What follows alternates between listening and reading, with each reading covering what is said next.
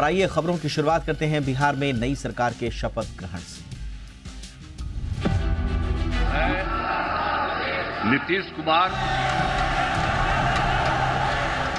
मैं बिहार राज्य के मुख्यमंत्री के रूप में मैं अपने कर्तव्यों का श्रद्धापूर्वक और शुद्ध अंतःकरण से निर्वहन करूंगा।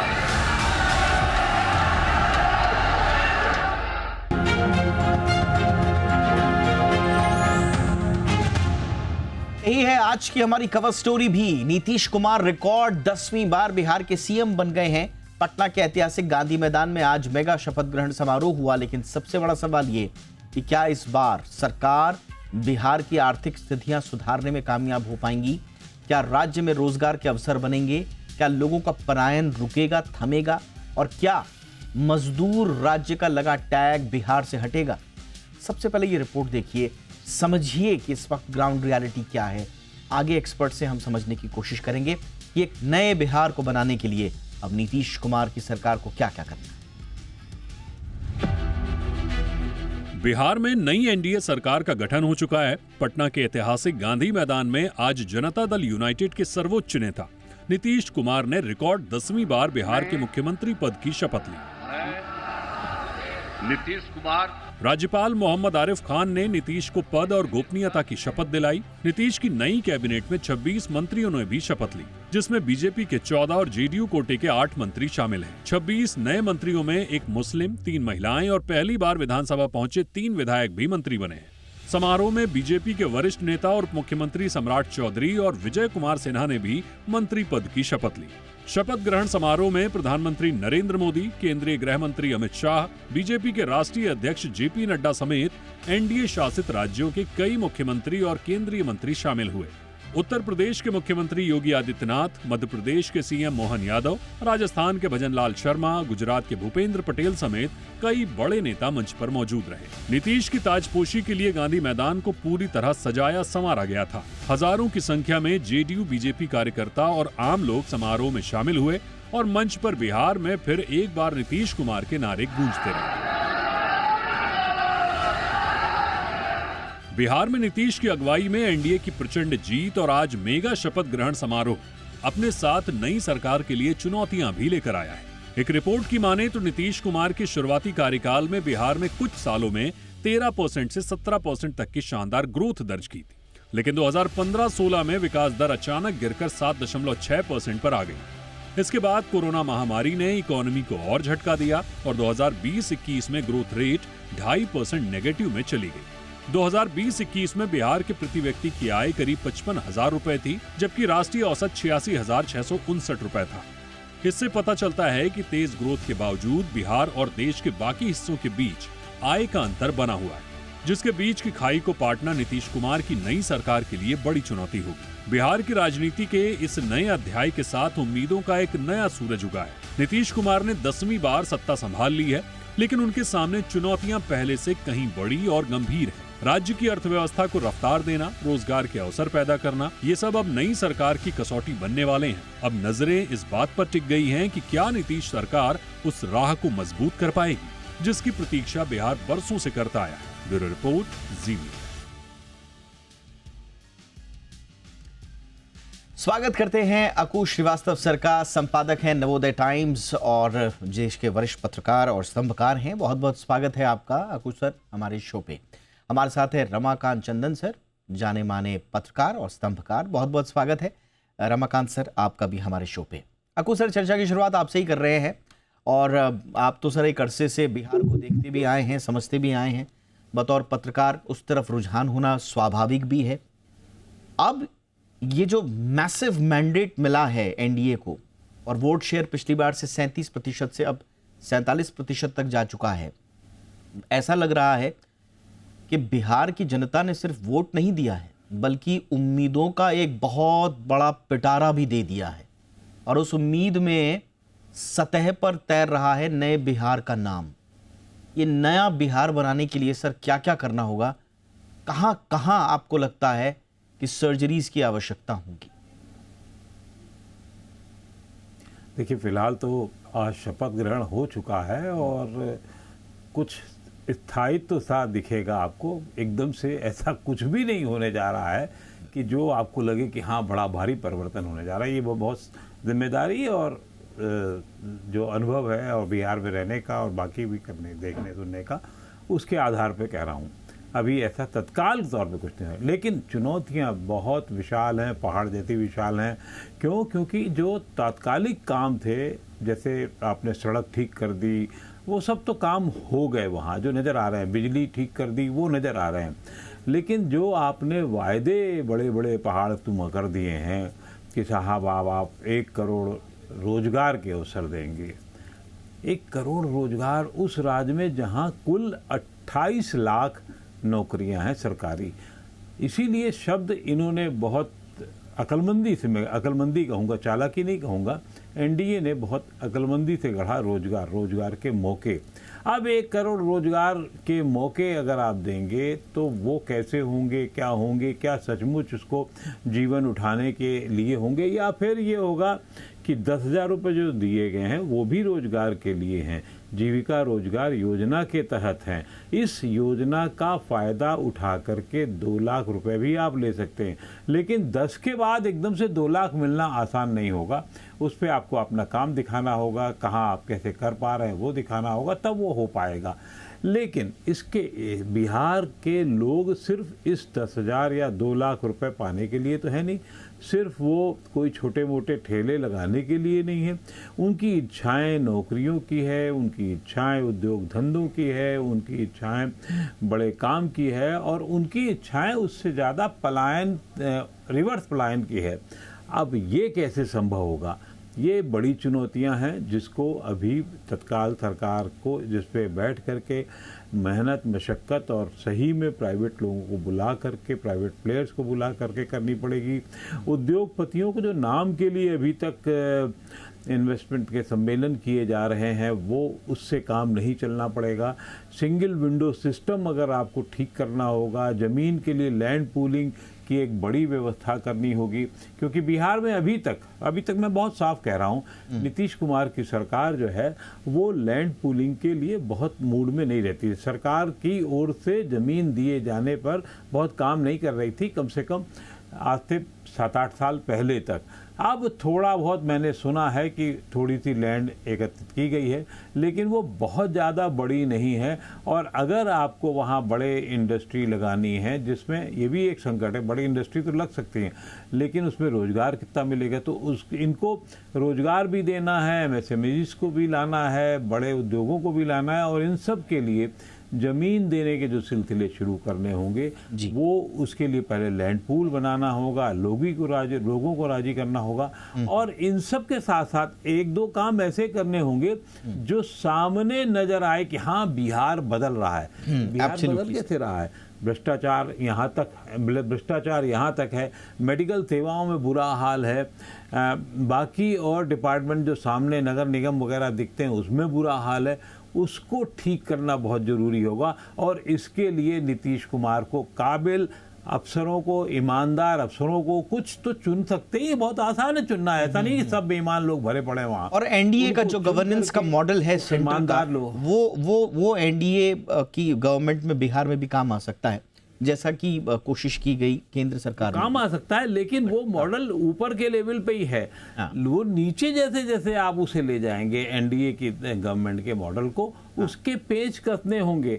आपको अगर मान लीजिए नगर निगम में काम करना है या हेल्थ में करना है, तो हेल्थ में मिनिस्टर ही नहीं ईमानदार होना होगा, जो जिसपे पहले एक आपको नियंत्रण रखना होगा। फिर उसके बाद उसके नीचे काम करने वाले, हॉस्पिटल्स में काम करने वाले लोग, उनका बजट बढ़ाना, उसके अलावा वहाँ पर सब चीज़ें ठीक ठाक हो, आलस दूर करो, और नगर निगम का काम जो सबसे ज़्यादा। सर मैं आऊँगा सर, मैं जरा एक आपने बिल्कुल एक सही रेखा खींची कि कहां किस किस दिशा में गवर्नमेंट को जाना होगा, लेकिन अभी वहां की वस्तु स्थिति दरअसल है क्या? रमाकांत चंदन सर, हमें जरा बताइए। अब हम जब बिहार को दूर से लिखते पढ़ते समझते हैं तो एक ऊहापोह की स्थिति मन में रहती है कि दरअसल बिहार है क्या। इसमें कोई शक नहीं है कि हमने एक बदलता हुआ बिहार देखा है। लॉ एंड ऑर्डर में, क्राइम रेट्स पर हम देखते हैं, पर लैक पॉपुलेशन में 40% की गिरावट आई है।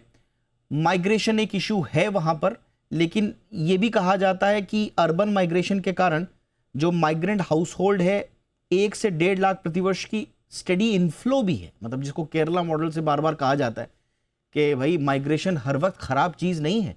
अगर बिहार में पर प्रति व्यक्ति आय भी बढ़ रही है तो उसका माइग्रेशन का उसमें एक सकारात्मक पक्ष भी है। उसी तरह से हम कनेक्टिविटी देखते हैं, दरभंगा, पूर्णिया, बाकी जगह भी ज़बरदस्त काम हुआ है, इसमें कोई शक नहीं है। लेकिन दूसरी तरफ हम देखते हैं, जैसा भी अक्कू सर भी कह रहे थे, काम बहुत बाकी है। 5वां मोस्ट इंडेटेड स्टेट है, 5वां सबसे ज़्यादा कर्ज में डूबा हुआ राज्य आज भी है।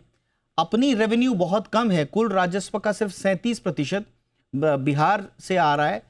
63% के लिए आपको केंद्र पर आश्रित रहना पड़ता है। और अगर मैं बहुत साधारण शब्दों में आर्थिक स्थिति की बयां करूं बिहार की, तो अगर 100 रुपए का उत्पादन बिहार में हो रहा है तो 40 रुपए का कर्ज भी पीछे से आ रहा है। तो ये 2 तस्वीरें हमको दिखती हैं सर। हमको नया बिहार बनाना है और नई सरकार हमारे सामने है और प्रचंड बहुमत की स्थायी सरकार हम ये मान के चल रहे हैं। हमें ग्राउंड रियलिटी बताइए सर, कहां कहां क्या क्या है। देखिए, सबसे पहली बात तो ये है कि दुनिया रोज बनती है, कोई एक दिन में दुनिया बनेगी नहीं। हम अगर शुरुआत से चलें और आज की तारीख तक पहुंचे तो निश्चित रूप से कुछ न कुछ काम तो हुए हैं और जमीन पर। लेकिन सवाल है कि हम अपने जो कह सकते हैं आर्थिक स्थिति को कैसे संपन्न करेंगे, कैसे हम अपना आमदनी प्रति व्यक्ति बढ़ाएंगे। उसके लिए बिहार में बड़े संसाधन हैं और इस बार जो सरकार बनी है उसका मुद्दा ही है कि हम औद्योगिकरण करेंगे। ये वादा है जनता से और इस वादा को अगर नहीं निभाती है तो कहीं न कहीं उसे और पीछे चला जाना होगा। और संभावनाओं का स्वर जहां तक कह सकते हैं, तो आपको याद होगा जब पहली बार जब मुख्यमंत्री बने थे श्री कृष्ण सिंह, तो यहाँ कई उद्योग धंधे थे लेकिन सारे वो खत्म हो गए। लेकिन अब नई नई संभावनाएं दिखी है। आपको याद होगा कि उत्तर पूर्वी क्षेत्र जो है वो अब कृषि के क्षेत्र में सबसे सफल माना जा रहा है, क्योंकि उधर पंजाब हरियाणा लगभग सैचुरेशन पॉइंट पर हैं। तो जब हमारा आधार ही अगर कृषि है तो हमको उद्योग भी कृषि के आधार पर ही देनी होगी। और ऐसे कई ऐसे हमारे पास जो प्रोडक्ट हैं जिसको हम अगर बढ़िया से अगर हम मार्केटिंग करें तो हम अपने आय को सुधार सकते हैं। आप देख लीजिए मधुबनी की तरफ, मिथिलांचल की तरफ मखाना को देख लीजिए, उसको बूस्टअप करना है। आप में अगर भागलपुर आ जाइए तो आम का पैदावार है, उसको करना है। नालंदा की तरफ आ जाइए, मशरूम का है, उसे करना है। समस्तीपुर में चले जाइए तो वहाँ मसाले की खेती होती है। तो हमको किस तरह से किस बिंदु पर पहुंच करके और स्लोली विन द रेस वाली बात करनी है। बड़ी इंडस्ट्रियां जरूरी है, लेकिन वो तब जबकि छोटे छोटे इंडस्ट्रीज, कुटीर उद्योग भी लगेंगे तो वो बिहार के लोगों का कह सकते हैं आय का स्तर बढ़ेगा। बड़ी कंपनियों के साथ में जो चीजें पहले जो निगेटिव पॉइंट थी वो ये था कि बिजली का कनेक्शन, फिर अपराध का वर्चस्व और फिर जमीन का नहीं मिलना। लेकिन जहां तक कभी सवाल आ रहा है, हालांकि इधर कुछ अपराध में बढ़ोतरी जरूर हुई है, लेकिन 1990 वाले हाल नहीं है कि अपराधियों को, इंडस्ट्रीज को इस तरह से तंग किया जा सकता है। और जहां तक जमीन के बारे में बात कर रहे हैं तो सरकार काम कर रही है और जमीन खोज रही है कि कहां कहां जमीन है। आपने सुना है होगा कि विपक्ष ने एक आरोप भी लगाया कि अडानी को 1 रुपए पे इतना जमीन दे दिया गया। तो सवाल अडानी और अन्य उद्योग नहीं, जमीन है, बड़े इंडस्ट्रियलाइजेशन है, तो छोटे कुटीर उद्योग का जब तक सहयोग नहीं होगा तब तक बिहार के जो आएगा जो है कह सकते प्रतिशत ऊपर नहीं बढ़ेगा।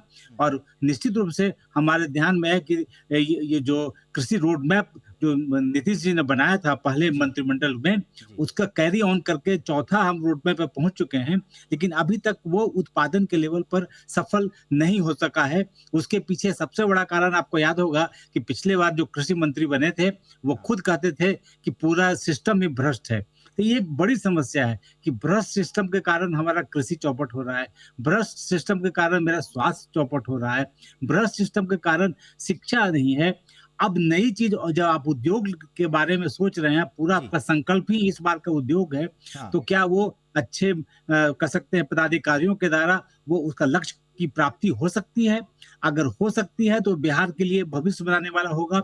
और अगर ये नहीं हो पाता है तो उसके मूल कारण में अब जमीन नहीं होगा, अब भ्रष्ट अफसर होंगे। और संभव है ये आपने बहुत इंपॉर्टेंट बताया, ये परसेप्शन गैप अभी भी है सर, आपने बिल्कुल सही कहा, ये परसेप्शन गैप अभी भी है। मैं एनालिसिस पढ़ रहा था कि कैसे बिहार में उद्योग आ सकते हैं, या बिना उद्योगों के आए भी क्या बिहार एक स्वावलंबी स्टेट हो सकता है? अक्कू सर, अब 2-3 चीज़ें जो इंडस्ट्री के लोगों को चाहिए होती हैं, पहले तो वही लॉ एंड ऑर्डर प्रॉपर हो, बुनियादी चीज़ वही है। अब एक परसेप्शन गैप ज़रूर है। अब ठीक है, 1990s का जो जंगल राज का नैरेटिव था, वैसी स्थिति तो अब नहीं है, लेकिन आज भी वो एक नैरेटिव की छाप अभी भी है कि भाई बिहार जा रहे हैं, जरा सतर्क रहिएगा। दूसरा बहुत इंपॉर्टेंट चीज़ जो वर्कफोर्स का है, भाई श्रम बल तो है लेकिन उसमें स्किल नहीं है। इंडस्ट्रियल वर्कफोर्स का बड़े अच्छे लेबर है, लेकिन इंडस्ट्री रेडी वर्कफोर्स एक अलग चीज़ हो गया। ज़मीन एक्विजिशन बहुत इंपॉर्टेंट है। औद्योगिक कॉरिडोर अगर आपको बनाना है तो ज़मीनों का अधिग्रहण आपको करना होगा, लेकिन बिहार में मैं हमारे साथ के लोग भी कुछ बता रहे थे, छोटे छोटे भूखंड हैं, भूमि रिकॉर्ड्स की बहुत स्पष्टता नहीं है। ग्रामीण परिवारों में जब आप जाते हैं तो जमीन से जुड़ा हुआ जो भावनात्मक मूल्य है, जितना हमारे हिंदी पट्टी के जितने साहित्यकार जमीन से जुड़ी हुई जो कहानियां और उपन्यास लिख के गए हैं, ऐसा लगता है कि वो चरितार्थ होता है बिहार में। तो ग्रामीण परिवारों में जमीन को लेकर एक भावनात्मक मूल्य बहुत बड़ा है, और गुजरात और तमिलनाडु की तरह आपके पास लैंड बैंक नहीं है। तो कैसे, मतलब अगर आपको विस्तार देना है अक्कू सर, तो एक किस फिलॉसफी के साथ आगे बढ़ना होगा बिहार को? देखिए, मैं माफ़ी के साथ आपकी एक बात से असहमत होता हूँ, वो है कानून व्यवस्था की बात है। तो कानून व्यवस्था अपेक्षाकृत अब ठीक है। वो बात दूसरी कि चुनाव के वक्त आने पर दूसरे माहौल होते हैं, दूसरी चीज़ें होती हैं, और फिर वहाँ पर थोड़ी बहुत गतिविधियां बढ़ जाती हैं। लेकिन अब कानून व्यवस्था की स्थिति ये नहीं है कि मैंने यही कहा सर, मैंने कहा कि वास्तविक अपराध आंकड़ों में काफी सुधार हुआ है, लेकिन एक लॉ एंड ऑर्डर की जो धारणा, वो परसेप्शन गैप छोटा सा है अभी सर।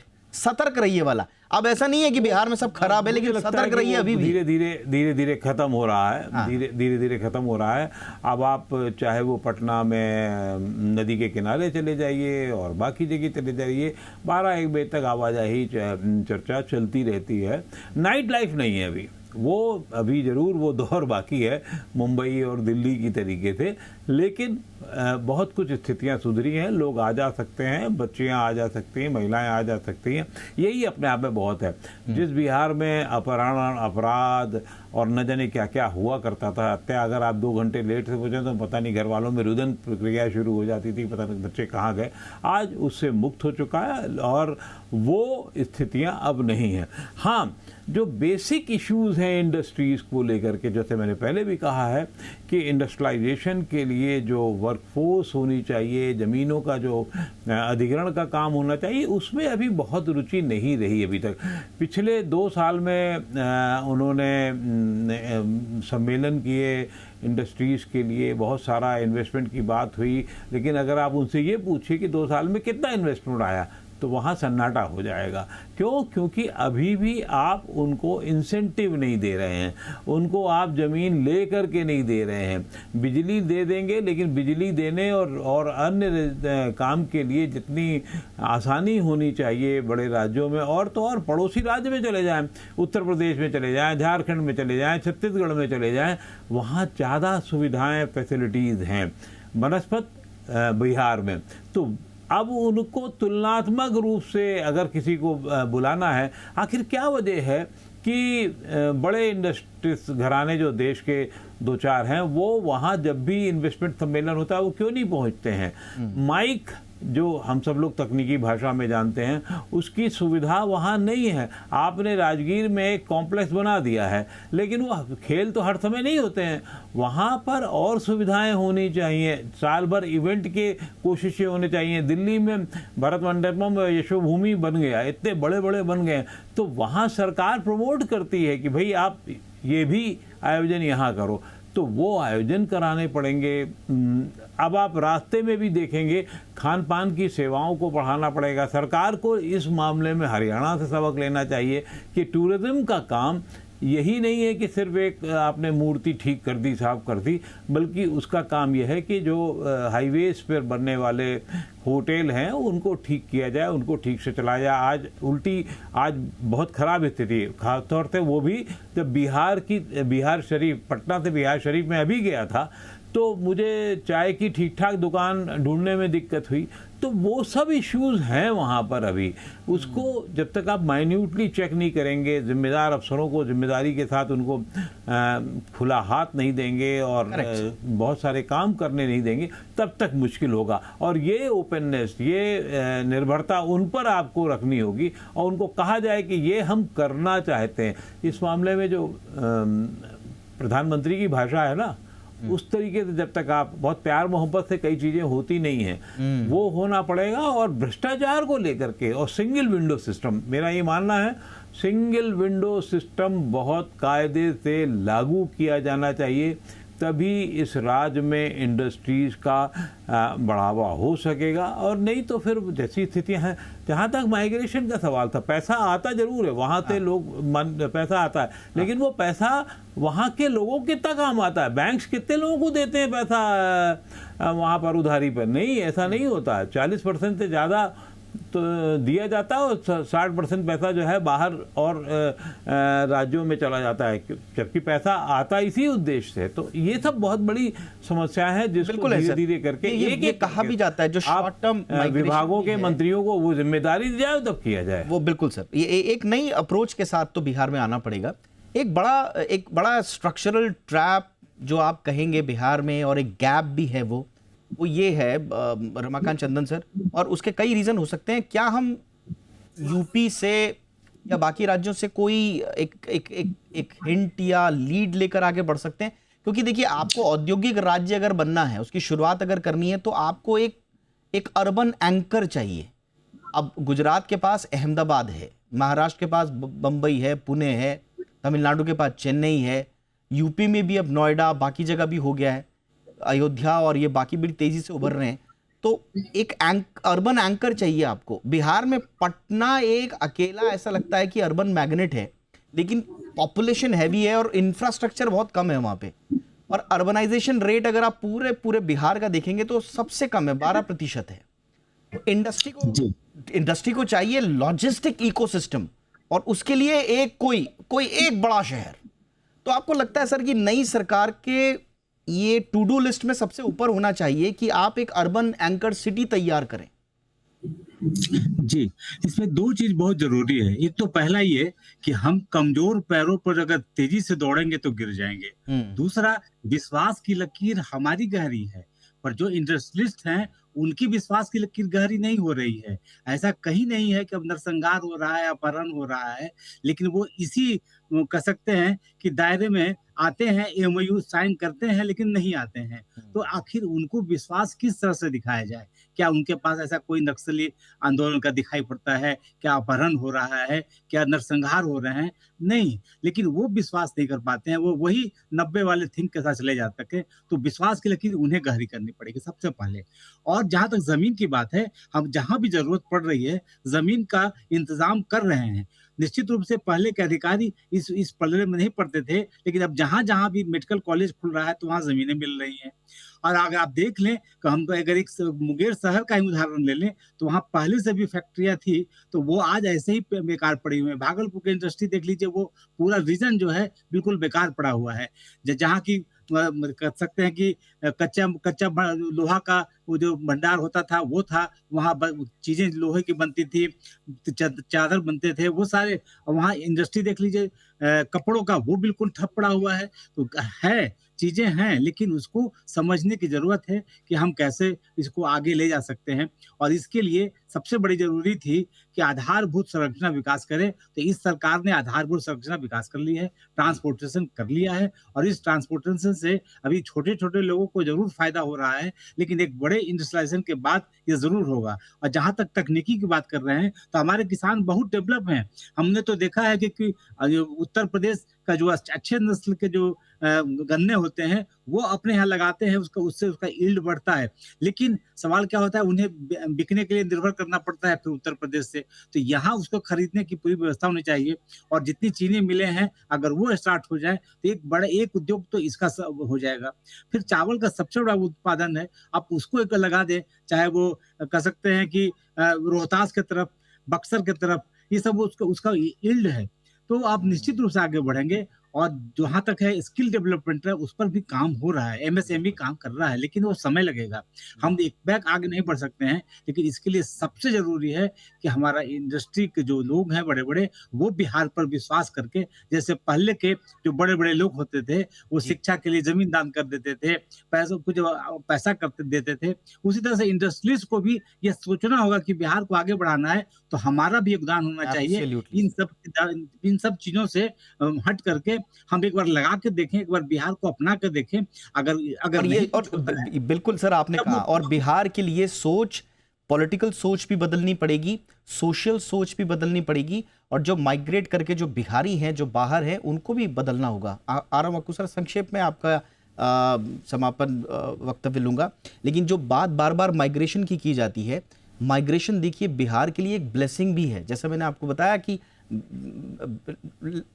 कम से कम 50% हाउस होल्ड्स को यही जो टेम्परेरी माइग्रेशन है भारत के बड़े लेबर मार्केट से जोड़ देता है। तो एक तो वहां से रेवेन्यू आता है, नंबर 1। नंबर 2, अब बिहार का जो स्किल्ड यूथ है, लोग कहते हैं स्किल्ड नहीं है, स्किल्ड यूथ जो बिहार का है वो बेंगलुरु में है, वो दिल्ली में है, वो गल्फ में है, वो विदेशों में है, ये सारा का सारा माइग्रेट कर रहा है। प्रॉब्लम क्या है? रिटेंशन रेट जो है वो बहुत कम है, और इस वजह से इंडस्ट्री या लोकल लोगों को गवर्नेंस लेवल पे भी जो स्किल्ड लोकल मैनेजरियल क्लास मिलना चाहिए वो नहीं मिल रहा है, क्योंकि वो विदेश जाके बैठा है, वो बड़े शहरों में जाके बैठा है।